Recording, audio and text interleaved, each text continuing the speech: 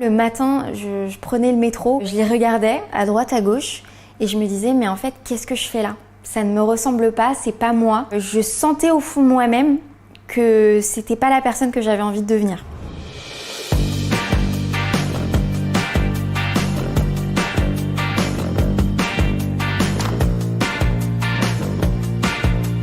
Ready!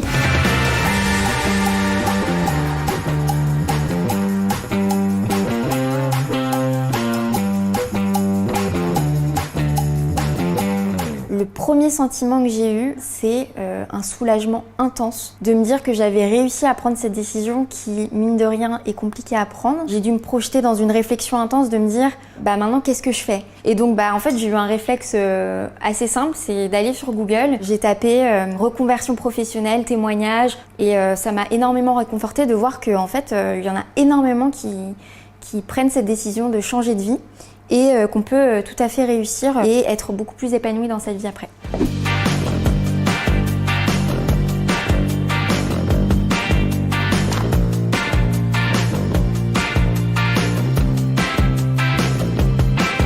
Donc là, je suis en train de finaliser ma crème d'avocat, qui est en fait très simple, c'est limite comme un guacamole mais sucré. Et là, je vais rajouter mon jus de citron. Ça relève le goût. Hop. Allez, zou, ça part au frais. Maintenant, on passe au confit de citron.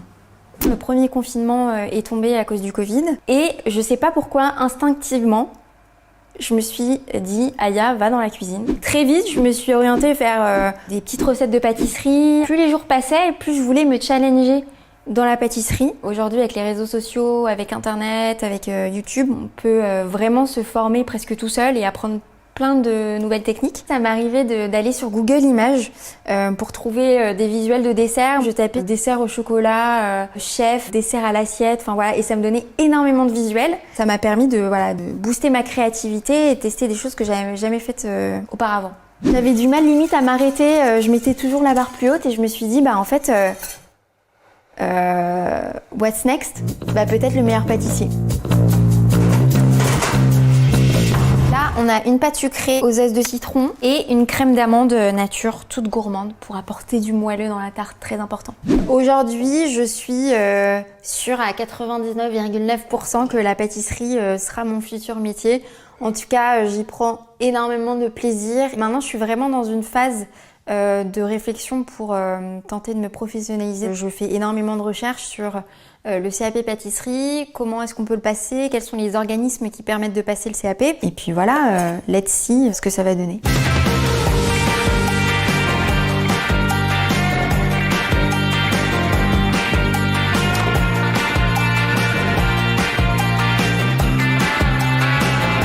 J'ai remarqué qu'il y avait de plus en plus de personnes aujourd'hui qui rencontrent les mêmes doutes que moi j'ai rencontrés il y a quelques mois, qui se posent des questions sur leur métier, qui ont peut-être des envies de reconversion.